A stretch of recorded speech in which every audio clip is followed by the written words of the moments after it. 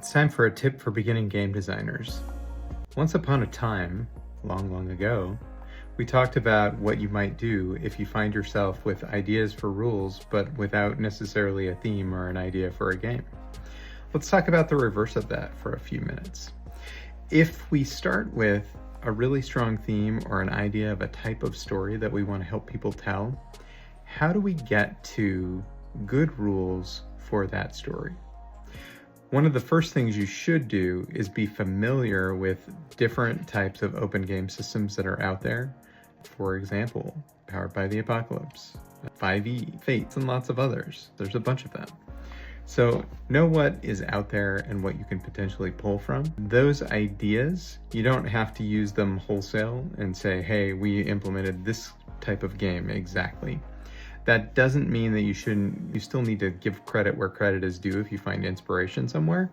But one of the coolest things I think is looking at a lot of different games that maybe aren't even in open rule sets and sort of seeing what kind of things are out there and how they work and how are people coming up with ideas that are new and creative and better than what's been out there before.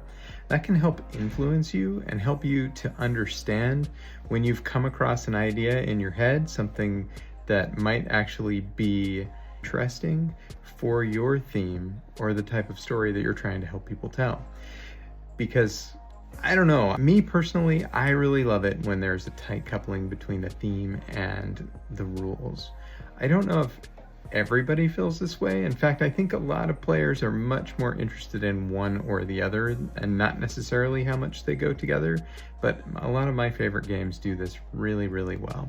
So think about what it is that you're trying to accomplish and how do you help evoke that by being specific with the types of rules that you create.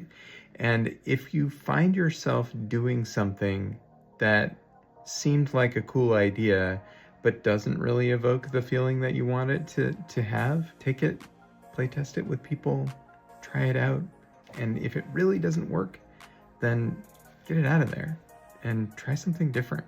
Don't be afraid to try new things, even if it means your game might take a little bit longer to produce than what you hope.